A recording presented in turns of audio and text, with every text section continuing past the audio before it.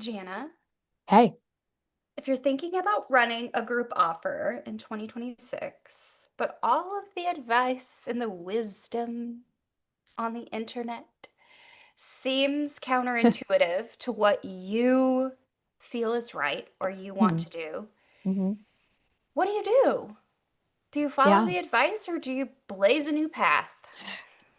I like this question. I think that some of our listeners probably are already thinking forward to 2026. And I mean, I know I have a lot of people in my audience who do one-to-one work, Hmm. and some of them are thinking about foraying into group offers, or they already have started. Yep.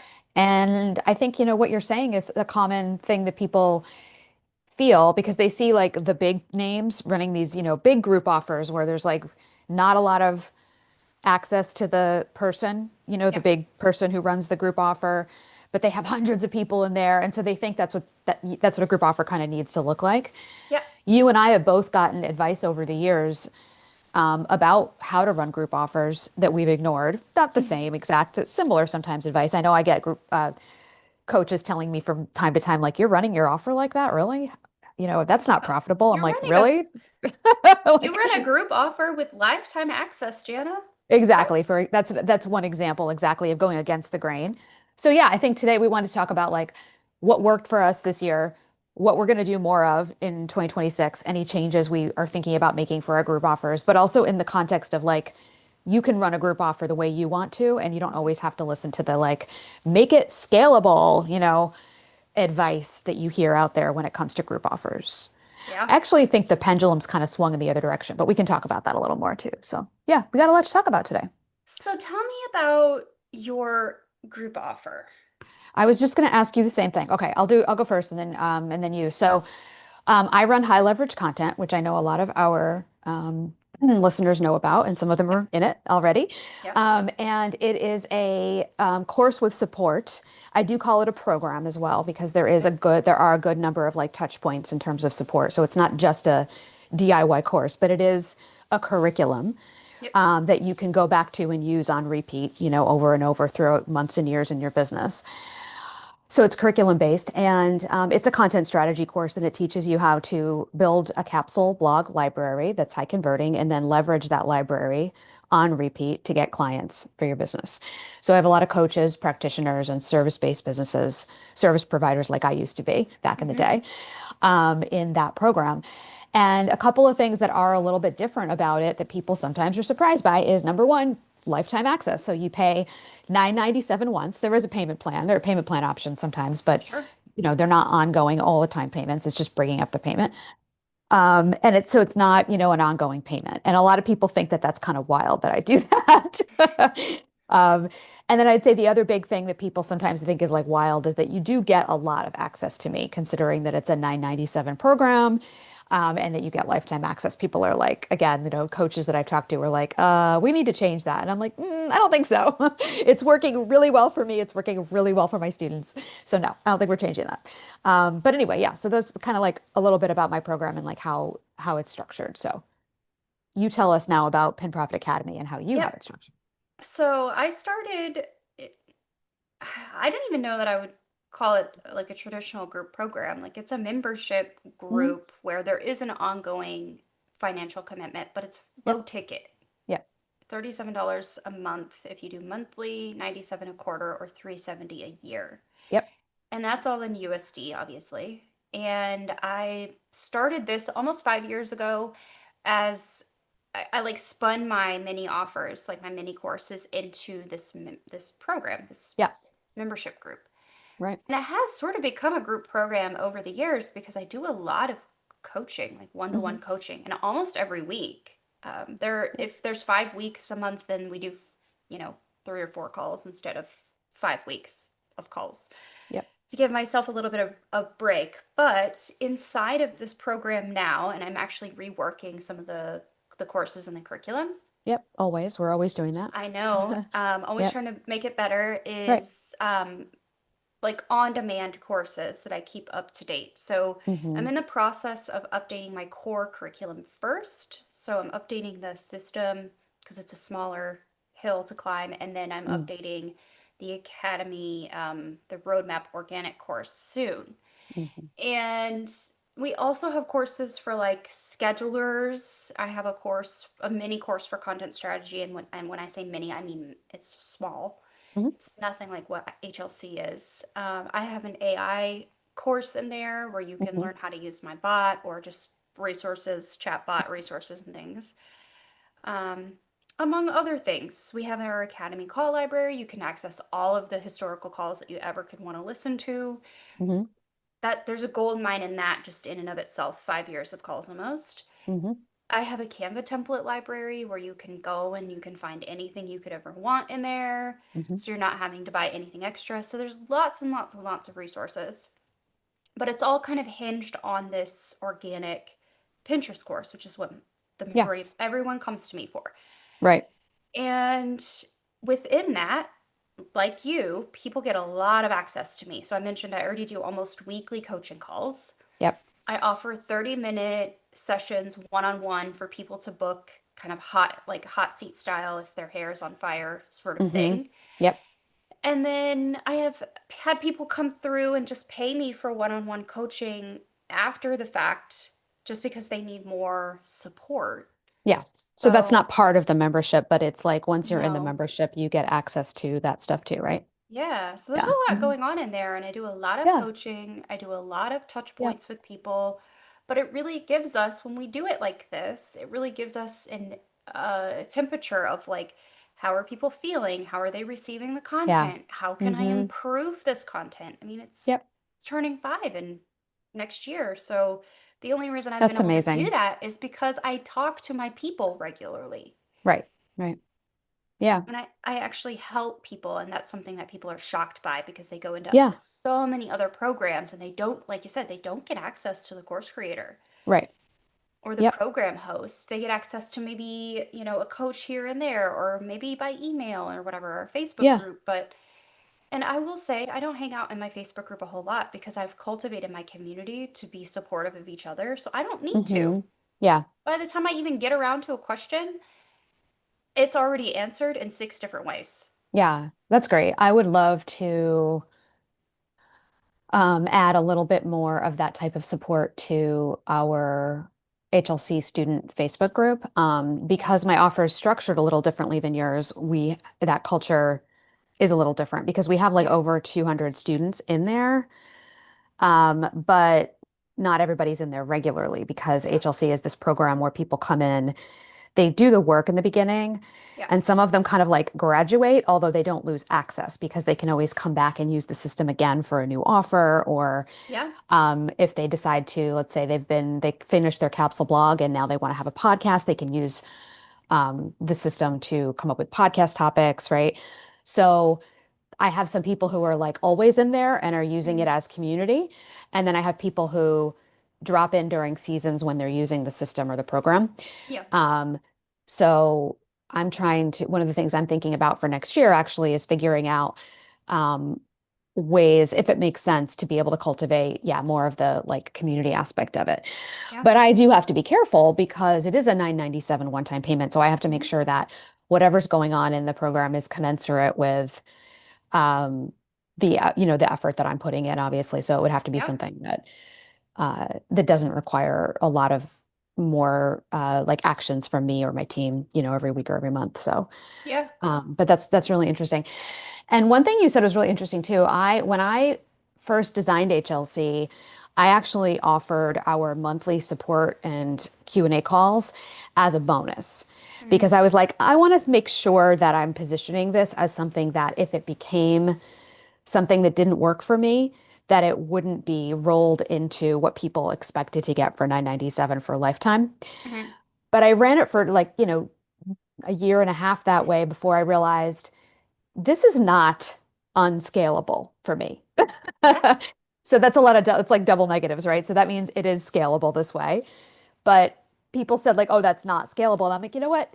No, it's not unscalable because if I needed to, like, there are ways to scale it essentially. But long story short, what I'm trying to say is that I've come around to understanding. In the beginning, I knew that I wanted to like, oh, this is what I was going to say. This is what you said that I wanted to reflect back was that I knew I really wanted to keep my finger on the pulse of Mhm. what my students were doing. And I knew the only way to do that was to talk to them, you Yeah, you know? have to talk to your people.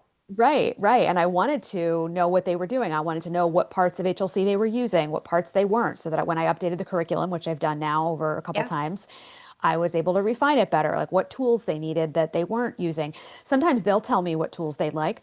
Other times I notice something and I'm like, oh, they need a tool for that, right? Hmm. And so, but I've also realized over time that I have no intention now of like pulling back that access because I like it this way. Yeah. And no matter how many students I add to the program with lifetime access, so far there hasn't been a situation where there's too many people active at any one time to be able to support. I usually have like 6 or 7 people on average on our calls, Yep. and usually half the people are there with a burning question they want to ask me, and the other half are just there to listen and learn and be part of the community. And we never run out of time for questions. Could that change? Sure, but there are solutions to that, if it does change. So, Yeah. yeah. So, yeah. I'm not planning on changing the access to me. If anything, I'm planning on leaning into it a little bit more in 2026. I really like that because I Yeah. remember riding from the airport to our hotel when we were in Dallas and you were talking about this and Mm-hmm. how you were chatting with your coach and talking about adding this in and you're like, ah, I just don't know and like Mm-hmm. to give it a try and yeah, now it's Yeah. like all Yeah. oh, well over a year later. That was last year Yeah. September. Mm-hmm. You were just offering it as a bonus then. Yeah. Interesting. Yeah. I think that it wasn't like one moment where I was like, stopped calling it a bonus. Like it kind Hmm. of like crept up on me where I was like, I don't need to really call this a bonus. We're going to do this now. Like I'm committed to this, you know? Yeah. And so I think one day I did go into the sales page and like take off the word bonus and like t change the FAQ so that it didn't Yeah. say like, we're doing this as a bonus, you know? But yeah, I definitely, it crept up on me and then it just became something that I'm like, oh no, this is no longer a bonus. Um, so I'm gonna say something about oh no, that wasn't what it was. I forgot. It'll pop back in my head. Something about um oh, I think that one thing that I've noticed is that, and this is part of why we do it. I mean, so our goal is to help people, right, in our Yeah. programs, and our goal is to make money in our programs. And sometimes like Hmm. people think of those two things are like two different things, but they're not really. No. Because when you help people, you make more money. Because when you Yeah. help people, they have case studies, testimonials, they refer people, there's like, Yeah. there's all this good mojo and energy. You feel great about it, they feel great about it, et cetera, right? In your program, they renew, all that stuff. Um, but I definitely think it's a lot easier right now to market my program because there's a lot of access to me because I think at the around the end of last year, like the end of 2024 and all the way through 2025, I've been noticing that a lot of people are um they've started to shy away, even the big like course creators and big program owners are shying away from okay, I don't know what I'm saying. I'm sorry. I'm being like all blah blah blah. I'm basically trying to say that what am I trying to say? Sorry. Um, there was like a movement for a while to this like more scalable model where you hire Yeah. co-coaches, right? And you try to remove yourself as much as possible from your leveraged offers Yeah. so that things can run without you. Hmm. And you can like move on to the next thing and create something new, right? Yes. Or be working with your one-on-one clients who are paying the big bucks for access to you, or whatever those things were. And then I feel like about a year ago, like around the end of 2024 and all through 2025, everybody's now talking about how the pendulum has swung in the other direction, where our buyers want that access and they've become more jaded because they've joined programs where they didn't have that access. And Hmm. so now they're looking for programs with that access. So for me, I definitely feel like it's spilled over into my marketing. And it's one of the reasons why I'm still enrolling people constantly into HLC. Whereas I think other people who run group programs who've set up these very strict boundaries where like you only get access to me in these very strict circumstances and whatnot, or if ever, um, are struggling, because people don't really want that, I guess, basically, or they're Yeah. wary of that. They're worried that a situation like that sets them up to not be able to achieve the promise because they're not sure what they'll do if they feel like they have a question and they need, some individualized attention or guidance. Um, so I definitely think that that's helped me stay like selling consistently and enrolling consistently too. Yeah. And I know you've shared that something similar with me too, right? So I'm curious what your experience has been with that too. Yeah, so I don't like taking money from people unless I'm engaged with them in some Hmm. way. I like being, even with my private clients, I really enjoy working on the accounts, coming up with the Hmm. strategy. Occasionally I might outsource, like right now, one of my newer clients who's doing quite well since I took over the account. Um, Yay me. The Yeah.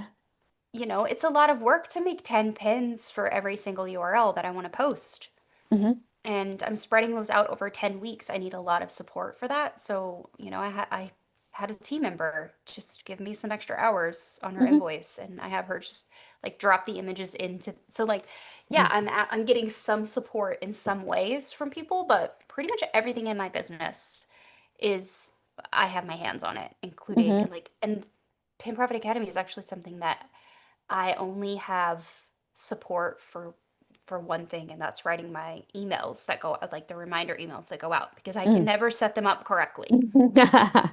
It's hard. The So detail, the detail that's required, the attention to detail. I always make it's mistakes when I do things like that too. I always screw up Yeah. the time zone thing, so I Yeah. offboarded that task to Sarah years ago, and she just does Yeah. that for me because it Yeah. makes sense to her. Yeah. Yeah. But other than that, like I make the curriculum, I show up to the Hmm. calls, I'm the Hmm. one doing your customer service tickets. Like if Yeah. something screws up, it's me that fixes it. Yeah. And then I'm also like updating the sales page and the sales copy, and like I'm doing all of it. It's one of the things in my business that I actually have almost complete control over, except for Yeah. those pesky little emails.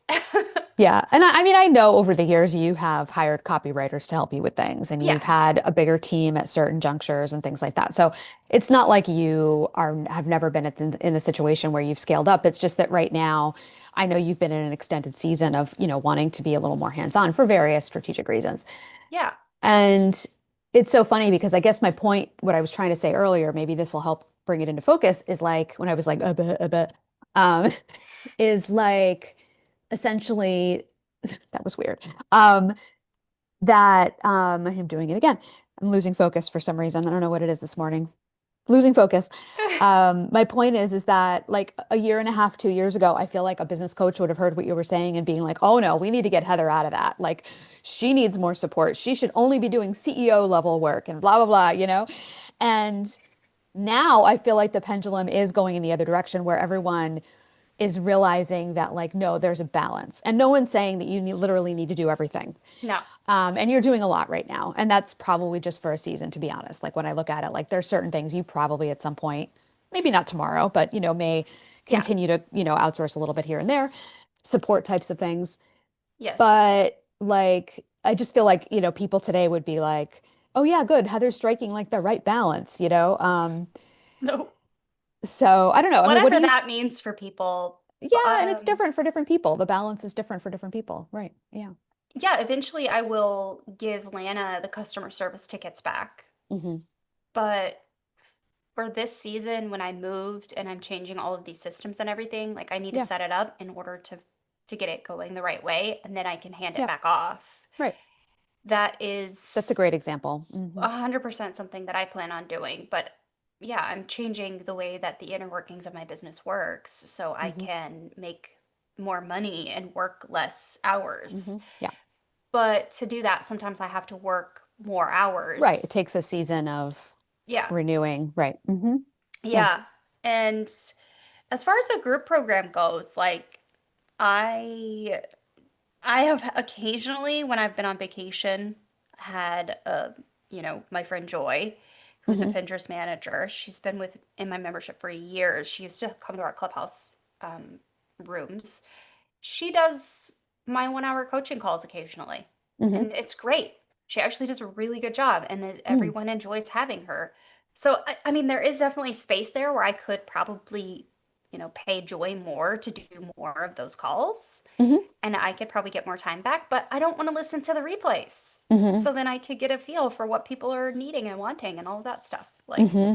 I know, right? It's like then you'd want to listen to it anyway. It's interesting. Yeah. yeah. So again, I want to point out the things you're talking about are like showing up to the coaching calls and doing the coaching, and uh, customer service tickets. And like those things are literally the support functions Hmm. of the operation of the membership. They are literally where you're not your audience, your paying members are saying, like telling you what they need and you're responding and supporting them. And I just think that's, yeah, it's interesting. I just think that there's this trend back in the direction of what we have been doing. And I never stopped doing it because I decided, you know what, this isn't a bonus. I'm doing it this way for a while. I mean, for an extended while. Yeah. And yeah, it's just interesting. So yeah. Anyway, And there have been I know we're off there topic a are little bit. definitely things there are definitely things that I have in relation to your like, oh, it's not a bonus anymore. We're just doing this. There were Hmm. core components of the membership that I no longer do. I no Hmm. longer do co-working calls because I realized after years of doing them, I literally just retired them Hmm. at the end of last year in Hmm. December, coming into this year. That's interesting to me. I no longer do co-working calls because the show up rate was so low, and the people that Hmm. showed up didn't understand that they were not coaching calls. They were Yeah. co-working calls. Yep. So they were just they for years they just turned into another coaching call, and I was Well, and like, if that's what people want, then like just do another coaching call, yeah, so right? Yeah. I don't do co-working anymore. I just do Right. another coaching call. Right. Right. And it's an hour and Mhm. people get to come and ask their questions. Some come every week, some Yep. come once a month. Yep. Some come every other month. Yep. The time changes based on their seasons of, what they're doing in their own business. But Yep. yeah, is it scalable? Yeah, honestly, I think it is. Even me showing up 4 times a month, like even if 100 people came to the group calls, yeah, I might, need to then add two more extra coaching calls. Maybe we do six a Hmm. month instead of Yeah. four. Yep. And then maybe I hire Joy to do the extra two. Right. Right. But still, it's like there's lots of room for growth. Yeah. Well, and with your business model, if you had to add an extra one, so now there's 6 calls a month instead of 4, that would mean you have a higher revenue because people are, with the membership model, there's just more people paying to be in there. If you had more people coming to calls, presumably it would be because you have more people in the program. Exactly. Yeah. Yep. Yep. Exactly. Yep. So, okay, another Yep. thought for you of Hmm. just like things that have worked in 2025 that maybe go against Yeah. The the grain. thread of advice or wisdom on the internet for running a group program. Yeah. I don't know if I have any Yes, others that really go against the against grain. that. Yeah. Great. Oh, are we? Is a lot of We people have a do delay. really Yeah. big launches. I think we had like a delay because I was like talking over you and then, No, I'm a little delayed. My internet is back, oh, yeah. is kind of behind, but I have the transcript on so I can see what you're saying. Oh, okay. Okay, So, you go. one of the things that I would say goes against conventional wisdom for running a group program Hmm. is I don't like a lot of people that run group programs do a lot of social media marketing Hmm. and they run a lot of ads, and I just don't do Hmm. those things generally. Oh, okay. Like I do YouTube content to get Hmm. people into my ecosystem and in my containers on the email list, and Hmm. then, but I rarely launch. I Hmm. haven't launched Pin Profit Academy since last year, Black Friday. Oh, okay. Yep. So it's been almost a year. Yeah. Okay. Just people can come and go anytime they please. Yep. Yep. So So it's I more you're don't, selling on Evergreen right now. yeah, and I don't really ever feel the need to do big launches or like Hmm. constant social media content or like storytelling or, Yeah. any of that. I show up and I serve and I create really solid evergreen content Yeah. and sell inside of it. And that is something that Hmm. in the last year I've definitely gotten. more frequent at mentioning my program in my YouTube videos. You know, I love that. That's one of my big new, like, I've embraced this idea that part of the goal of my program is to help my students talk about their offers 10 times more naturally. That's one of my new, like, promises within, like, a sub-promise within the course. I want people to be able to talk about their offers 10 times more than they Yeah. do now, naturally, make it feel natural. So I love that you're Yeah. doing that. That And makes me I so actually happy. am I'm right now, as we talked about in a previous YouTube live recently, I've been working on getting my repurposing going. Hmm. So I'm like slowly just building the skill of like showing up every single week and writing the emails and like getting all of Hmm. that going Yep. and then turning those into threads or Facebook posts or LinkedIn posts. Hmm. So once I get that going really consistently, what I would like to add in more of is maybe some Instagram carousels or some Instagram Hmm. reels Hmm. where, maybe once a week I post a video. Hmm. And then I also, next year, it's on my goal list, is to take my YouTube videos and cut them into clips again. I used to do that quite Yeah, I often. remember you did that a lot. Yeah. And I have a tool for that, and I'm gonna spy some Black Friday sales and see if there's just any really good deals Hmm. for a tool to Hmm. do that, or if it, any. I think Opus is actually running a deal Okay. um, for a Black Friday deal, so I might, Okay. buy that again, so I can then clip my YouTube videos and start posting more short form video content. But Okay. it's one step at a time. It's one thing at a Systems. time. And Yeah. yeah. Yeah, I think of them as systems. You know, it's like you develop a system and you layer it in, and then you automate and systemize and maybe even delegate as much as you can for that and Mhm. decide if it's worthwhile as well. Yeah. It's so hard with social media for me because I feel like every time I have like a spurt with social media where I do something for a while that's like added to to sort of like my minimum viable strategy. And then I look back and say like, okay, was it worth it? The answer is always no. No. I always go back after like doing like a 13 part like reels, no, I did an 18 part reels series.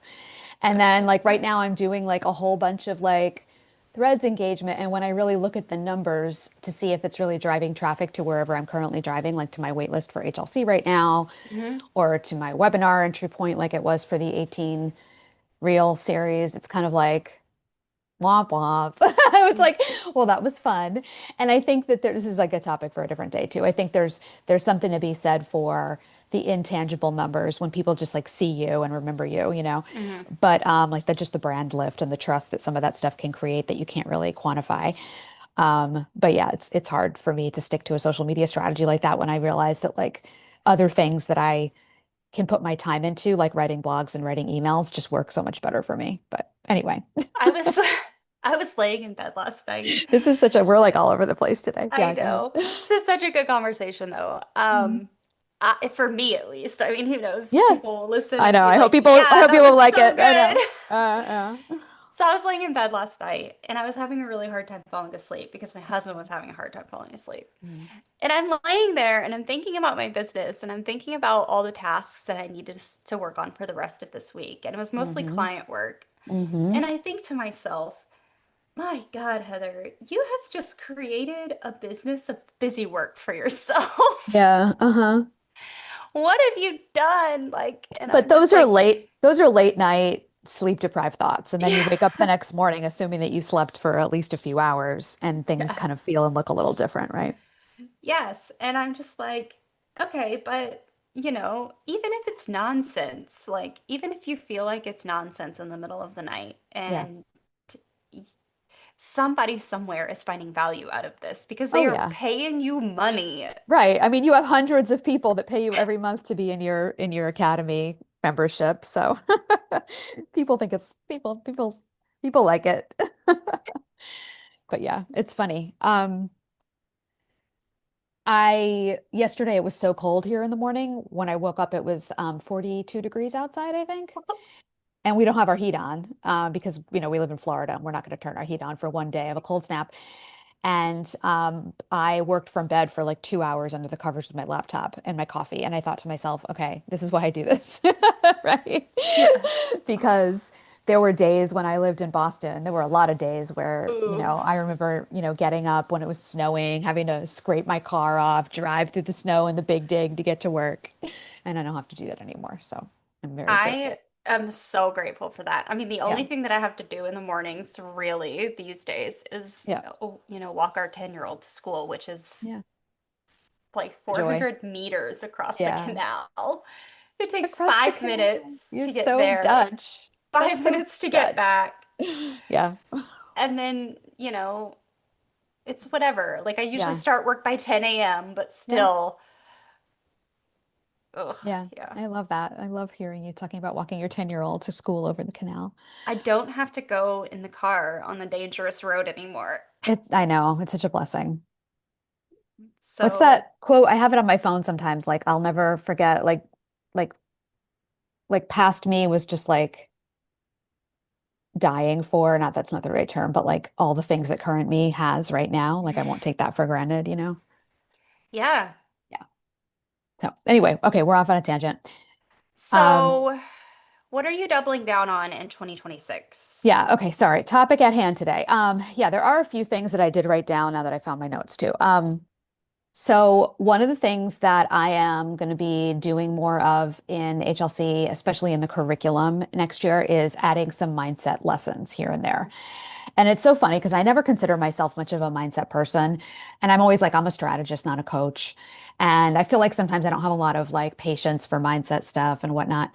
But the more I am seeing how people are engaging with the content in HLC and seeing what the difference is between the people who come in and get the work done and do it and experience wins and get clients and report all those wins and those sales to me through my feedback forms and everything, versus people who, maybe don't stay as engaged.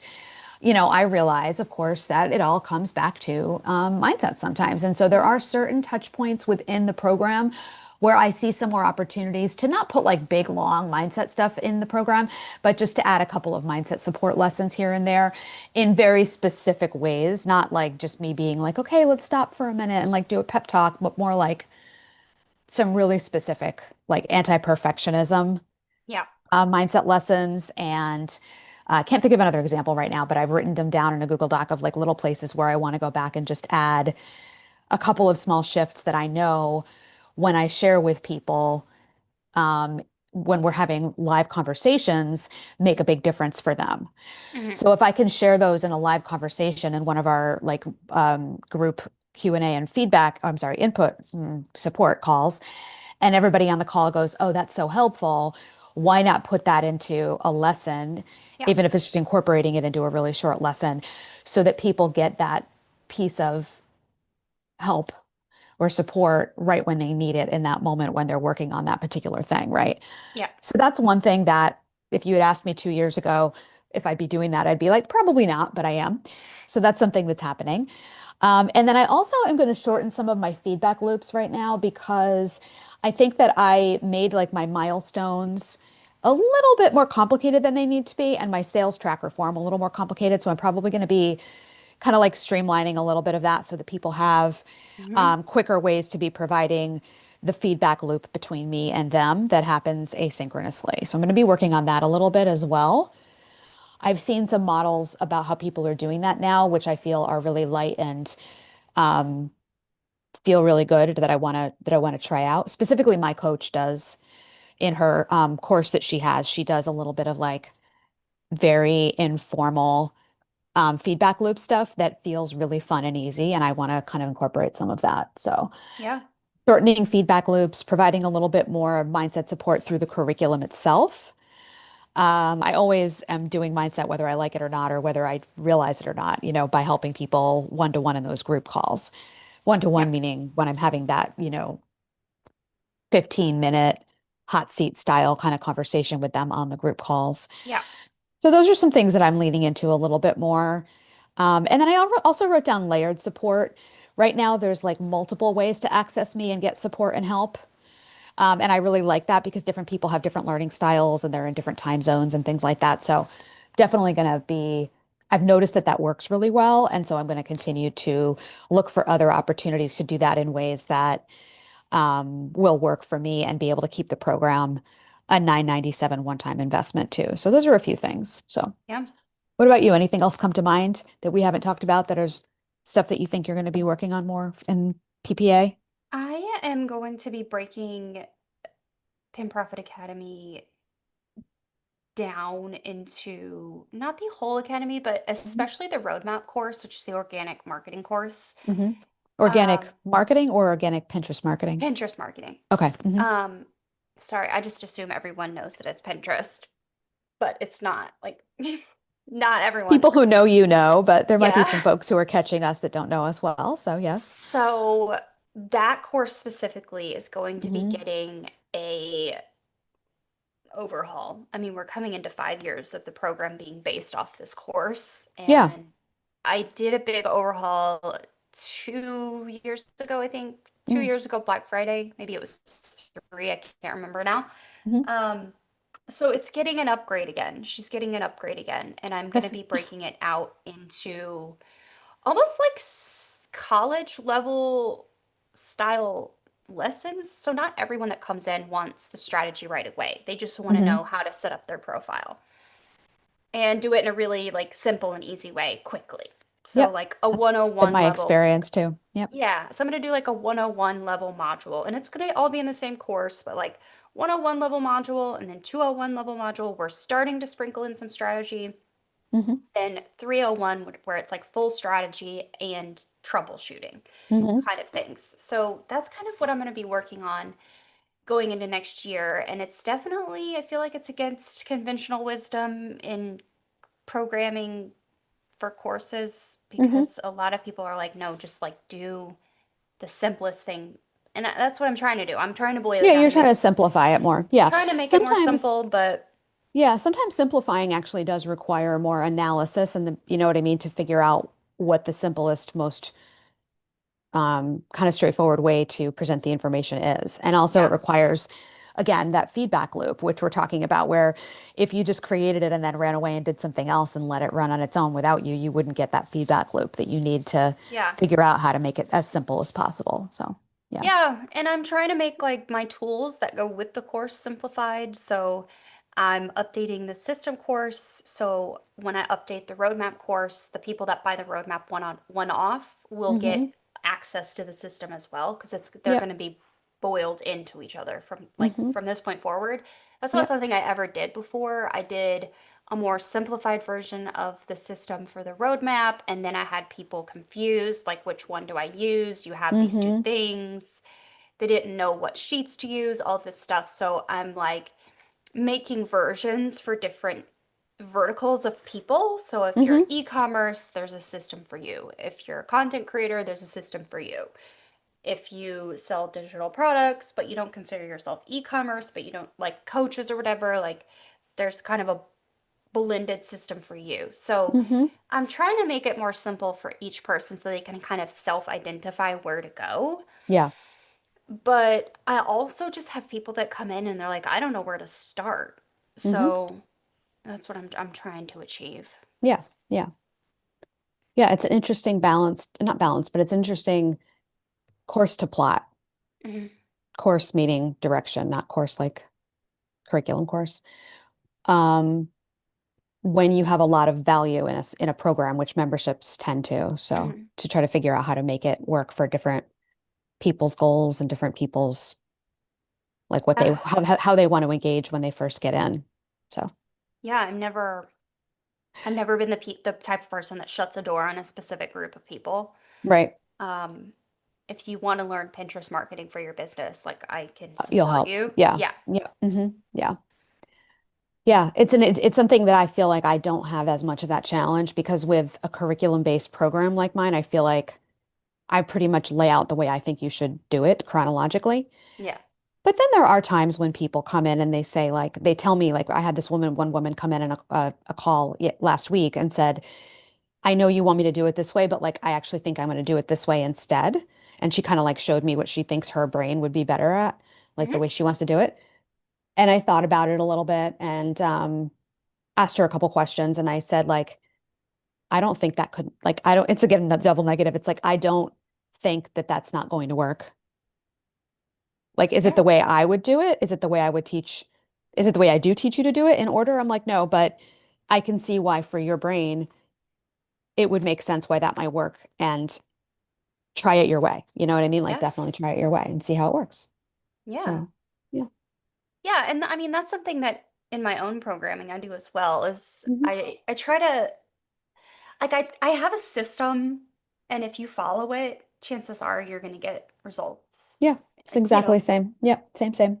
but I also realize that not everyone works the same way that I work. Not Exactly. Got to everyone's build some flexibility into it. Yeah. brain works the way that, and not everyone likes to Yeah. use a spreadsheet. Some people want to use a piece of paper. Yeah. I don't really I, know. So I want yeah. to empower people to make those decisions. Yeah.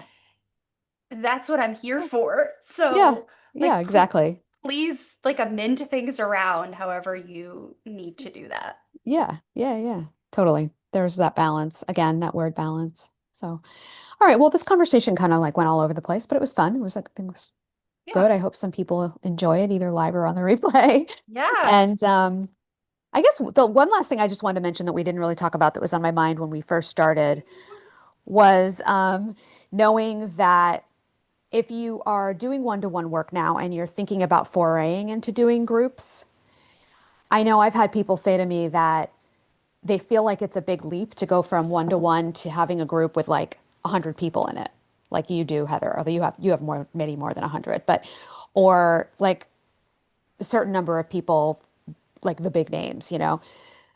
And I want to remind everybody that like look at the way we are running things in these like sort of unscalable ways and remember that it's okay when you go to have your first like group offer, whether it's a course or a course with support or a membership or a group coaching offer, it's okay to start in a way that's unscalable. Figure it out, work with people, keep your finger on the pulse of people's progress, Yeah. and like iterate from there. Like you can actually start a program like that with a model that doesn't seem like it's going to be as profitable as you eventually want it to be.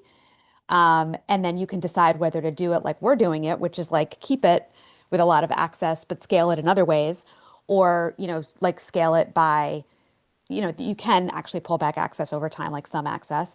But when you start, you can start and like people are desiring right now to have access. So like use that to your advantage, I guess is what I'm trying to say. That's the kind of the Yes. bottom line.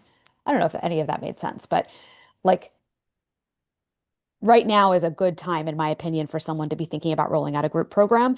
And don't buy this whole like you're not successful if you're running a group program where there's too much access to you and you can't remove yourself.